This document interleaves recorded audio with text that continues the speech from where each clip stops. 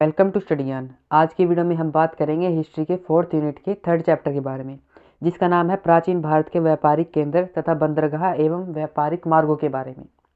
प्राचीन काल से ही भारत अपने उद्योग, चाहे वो आंतरिक हो या विदेशी हो, तथा वाणिज्य के क्षेत्र में विश्व में बहुत प्रसिद्ध था। सभी प्राचीन राजवंशों के शासकों ने सड़क, नदी, जल तथा स्थल मार्ग की रक्षा का पूरा ध्यान दिया। प्राचीन काल में ही यहाँ यातायात के विभिन्न साधनों का प्रचलन हुआ। वैसे भी भारत 3 ओर से समुद्र से घिरा हुआ है। जैसा कि हम जानते हैं कि जो भारत का भौगोलिक क्षेत्र है उसमें समुद्र की तरफ से 3 तरह से भारत घिरा हुआ है। एक तो दक्षिण की तरफ भारत पानी की तरफ से घिरा हुआ है, एक पश्चिम है, एक पूर्व है। तो इस वजह से जो भारत का व्यापार है वो उन्नति के रास्ते पर चला, इसलिए बंदरगाहों के जल मार्ग से व्यापार अधिक होता था। व्यापारिक श्रेणियों के गठन, यातायात के संसाधनों के विकास, व्यापारियों की सुरक्षा तथा मुद्रा के प्रचलन के कारण प्राचीन भारत में व्यापार अपनी उन्नति की चरम सीमा पर था। विदेशी व्यापार के लिए विश्व प्रसिद्ध बंदरगाह भारत में स्थित थी, जिससे चीनी, मसाले, कपड़े, रेशम आदि का व्यापार किया जाता था, जिससे देश और विदेश में बहुत ज़्यादा मांग थी। इस उत्पादन को लेकर उस समय इंद्रप्रस्थ, उज्जैन, तक्षशिला, मालवा, मुल्तान, पाटलिपुत्र, बनारस, ताम्रलिप्त और प्रतिष्ठान आदि प्रसिद्ध नगर थे। यह नगर एक दूसरे के मार्ग के आपस में जुड़े हुए थे, जहाँ से देश और विदेश से व्यापार किया जाता था। अब देखते हैं कि इनके जो केंद्र थे वो कहाँ कहाँ थे। तो इससे पहले हम बात करते हैं कि जो यह 2 जगह से घिरा हुआ था पानी से, तो उनके एक तो था पूर्व में, एक था पश्चिम में। तो इनसे व्यापार भारत अधिक मात्रा में करता था, इन क्षेत्रों से। अब बात करते हैं सबसे पहले पूर्व की तरफ की, यानी कि इस तरफ की पहले बात करते हैं। जो पहला केंद्र था वो था ताम्रलिप्त। पूर्वी तट पर स्थित भारत की ताम्रलिप्त बंदरगाह आधुनिक कलकत्ता में है। यह सबसे प्रसिद्ध बंदरगाह थी। मेसोपोटामिया, एशिया माइनिंग को काला सागर के मार्ग से होते हुए व्यापार किया जाता था। यह बंदरगाह स्थल मार्ग से भी जुड़ी हुई थी, जिसमें राजगृह, श्रावस्ती, बनारस तथा तक्षशिला से आदि शहरों से जुड़ी हुई थी। अब देखते हैं कि जो ये ताम्रलिप्त एरिया है यह कहाँ पर है। जो ताम्रलिप्त एरिया है वो आधुनिक कलकत्ता में स्थित है और यह स्थल मार्ग और जल मार्ग से आपस में जुड़ा हुआ है। हमने देखा कि किस तरह ये जल मार्ग के रास्ते व्यापार करता था। देखते हैं कि जो इसका स्थल मार्ग है वो कहाँ से आता है। तो जो तक्षशिला है यहाँ से होता हुआ इसका व्यापार मणिपुर तक जाता है और मणिपुर के बाद जो यह व्यापार है यह ताम्रलिप्त तक आता है। तो यह स्थल और जल मार्ग से आपस में जुड़ा हुआ है। अब बात करते हैं मूसलीपट्टनम के बारे में। यह भी पूर्वी तट पर स्थित है और दूसरा महत्वपूर्ण बंदरगाह है। यहाँ पर जो जल मार्ग है इसके द्वारा विदेशों से व्यापार किया जाता है। यहाँ से माल जावा, बर्मा और इंडोनेशिया तक भेजा जाता है। जो इस केंद्र से व्यापार होता है यह स्थल और जल मार्ग से बंधा हुआ है। अब देखते हैं इसके तीसरे महत्वपूर्ण स्थल के बारे में, जो कि है अरिकमेहू। अरिकमेहू दक्षिण भारत के पूर्वी तट पर स्थित है। यह देश का तीसरा सबसे प्रसिद्ध बंदरगाह था। यहाँ से तैयार माल समुद्र के मार्ग से चीन, मालदीव और सुमात्रा तक भेजा जाता था। देखते हैं कि अरिकमेहू कहाँ पर है। तो अरिकमेहू दक्षिण भारत में स्थित है और पूर्वी तट पर स्थित है। अब देखते हैं इसके जो केंद्र है उसके बारे में, पूहार के बारे में। पूहार प्राचीन भारत का सबसे प्रसिद्ध बंदरगाह था। यह विदेशी व्यापार का यहाँ आना जाना लगा रहता था। यह पूर्वी तट पर स्थित है और कावेरी नदी के निकट स्थित होने के कारण इसे कावेरी पट्टम के नाम से भी जाना जाता है।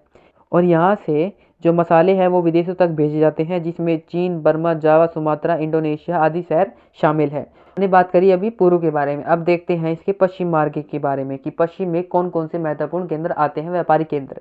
तो उसमें सबसे महत्वपूर्ण जो केंद्र है वो है बड़ौच। ये प्राचीन भारत के सबसे प्रसिद्ध बंदरगाहों में से एक है। ये गुजरात में स्थित है तथा यह समुद्र मार्ग से व्यापार किया जाता है। यहाँ से समुद्र मार्ग जो है वो अरब सागर तथा फारस की खाड़ी से होता हुआ पश्चिम देशों तक जाता है। यह बंदरगाह विदेशी व्यापार के लिए विशेष तौर पर यूरोपीय देशों के लिए व्यापार का प्रमुख स्थान है। जो ये भड़ोच केंद्र है, यहाँ से व्यापार फारस की खाड़ी से होता हुआ यूरोप तक जाता है और यूरोप के जो जितने भी देश हैं वो इस जो केंद्र है इस पर डिपेंड है। अब देखते हैं सोपारा के बारे में। सोपारा आधुनिक मुंबई के थाना जिले में स्थित है। सोपारा जो है वो बंदरगाह जल तथा स्थल मार्ग से जुड़ी हुई है। यह मौर्य काल से व्यापार का प्रमुख केंद्र माना जाता है। सोपारा के बारे में देखें तो सोपारा कहाँ पर केंद्रित है, तो सोपारा भड़ोच के बिल्कुल नीचे है और इससे व्यापार सबसे पुराना जो केंद्र माना जाता है वो यही केंद्र है। यह जल मार्ग से भी जुड़ा हुआ है और ये स्थल मार्ग से भी जुड़ा हुआ है, और जिसके कारण यह जो व्यापारिक केंद्र है यह सबसे ज़्यादा प्रसिद्ध केंद्र है। भड़ोच सबसे प्रसिद्ध है। दूसरे नंबर पर कौन सा है? सोपारा। अब बात करते हैं इसके अन्य जो प्रमुख केंद्र है पश्चिम की तरफ, उसके बारे में। तो नोरा है, जो नोरा बंदरगाह उत्तर में जो मालाबार का प्रसिद्ध बंदरगाह था, यहाँ से रोमन देशों का व्यापार किया जाता था। अब बात करते हैं तेंदिस या तोणी के बारे में। तो तोणी बंदरगाह मुजरिस से 500 स्टेडियम की दूरी पर स्थित था। यह आंतरिक तथा विदेशी व्यापार का प्राचीन बंदरगाह था। यहाँ से दो तरह के व्यापार किए जाते थे, एक तो आंतरिक और बाहरी। आंतरिक व्यापार वह व्यापार थे जिसमें देश के ही जो यूज करने वाले होते थे, और जो बाहरी व्यापार है उसमें विदेशों तक इसका माल जाता था।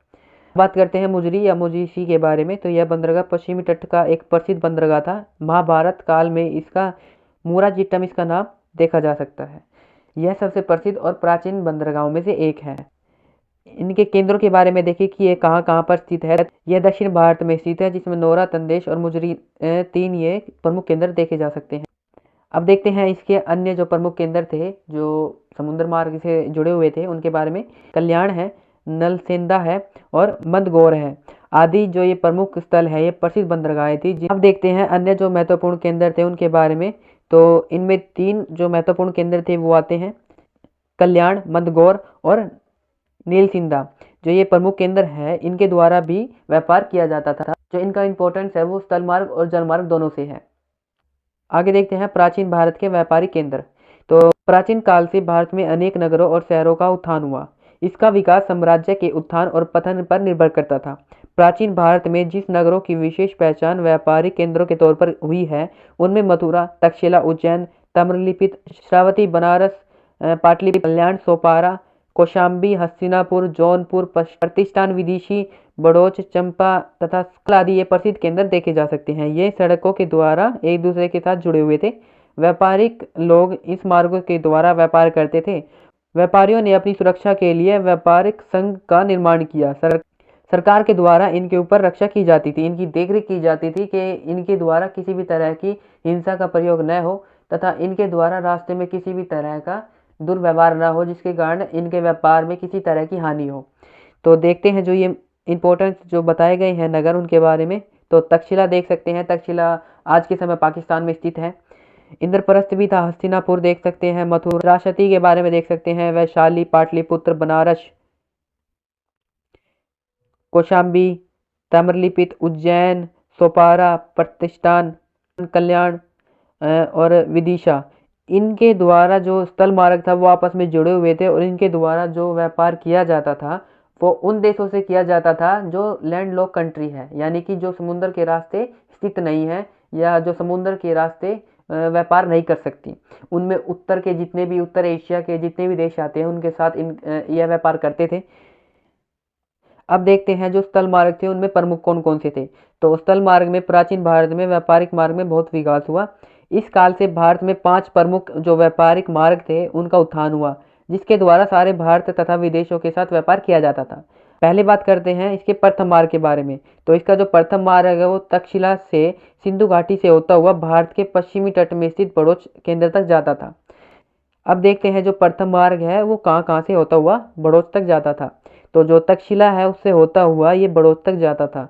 जो ये सीधी लाइन है इसके द्वारा ही यह बड़ौच तक व्यापार किया जाता था, और यह व्यापारिक जो केंद्र है वो सुरक्षा का ध्यान रखा जाता था। अब देखते हैं इसका दूसरे मार्ग के बारे में। तो यह मार्ग तक्षशिला से शुरू होकर आधुनिक पंजाब से होता हुआ यमुना नदी के पश्चिमी तट के साथ होता हुआ इंद्रप्रस्थ से मथुरा, मालवा तथा उज्जैन को जोड़ता हुआ बड़ौदा तक पहुंचता था।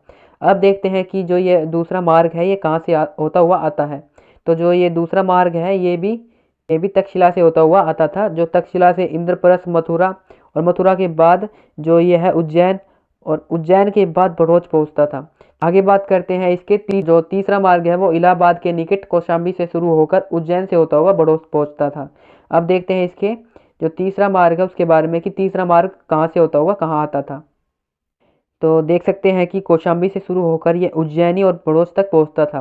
जो ये नीला एरिया है जिसमें बताया गया है, हाईलाइट किया गया है कि कौशाम्बी से शुरू होकर यह उज्जैन और उज्जैन के बाद भड़ोस तक पहुंचता था। अब बात करते हैं इसके चौथे मार्ग के बारे में। देखते हैं कि जो चौथा केंद्र है वो कहाँ से कहाँ तक होता हुआ जाता था। श्रावस्ती से होता हुआ ये विदिशा तक जाता था और विदिशा से बाद ये उज्जैन और उज्जैन के बाद ये जाता था प्रतिष्ठान के पास। जो पांचवा मार्ग है सबसे इम्पोर्टेंट मार्ग है, इसको आप जरूर देखें। जो ये मार्ग है सबसे प्रसिद्ध मार्ग था, जो रेशम मार्ग के नाम से जाना जाता है। यह चीन के खोतान से पारकंद से प्रारंभ होकर अफगानिस्तान और काबुल से होता हुआ पश्चिम एशिया तक जाता था। क्योंकि जो चीन का सारा व्यापार है इस मार्ग से होता था, इसलिए यह मार्ग रेशम मार्ग के नाम से प्रसिद्ध हुआ। मौर्य काल में इसके ऊपर जो अधिकार था वो कुषाण वंश का था। उस समय भारत के जो व्यापारी थे वो रेशम खरीदकर रोम साम्राज्य को निर्यात करते थे और खूब सोना कमाते थे, क्योंकि उस समय जो व्यापार किया जाता था वो किस में किया जाता था? सोने में। अब देखते हैं कि जो रेशम मार्ग है वो कहाँ पर स्थित है। जो रेशम मार्ग है वो सबसे उत्तर में है। ये भारत में इसका एरिया पड़ता ही नहीं है। यह चीन से होता हुआ खोतान से शुरू होता है और यह अफगानिस्तान और काबुल तक जाता है। और इस मार्ग को जो बताया गया है कि मौर्य काल में इसके ऊपर कुषाण वंशों का शासन था या अधिकार था। उस समय भारतीय व्यापार रेशम खरीदकर रोम साम्राज्य को निर्यात करते थे और खूब सोना कमाते थे। अब देखते हैं कि जो ये 5 जो शहर थे इसके अतिरिक्त अन्य जो महत्वपूर्ण व्यापारिक केंद्र थे उनके बारे में। तो इंद्रप्रस्थ उसमें था, काशी था, पाटलिपुत्र, वैशाली, इंद्रप्रस्थ और मथुरा। जो इसमें जो ये अन्य इम्पोर्टेंट जो केंद्र है इनके द्वारा व्यापार को ज़्यादा प्रबल बनाया जाता था। विदेशी व्यापार के लिए कुछ अंतर्राष्ट्रीय जो मार्ग थे उसमें हिंद से बेबीलोन तक ये एक मार्ग था। सिंध से होता हुआ हेरात तक जाता था और इनसे जो व्यापार होता था वो अंतर्राष्ट्रीय स्तर पर होता था।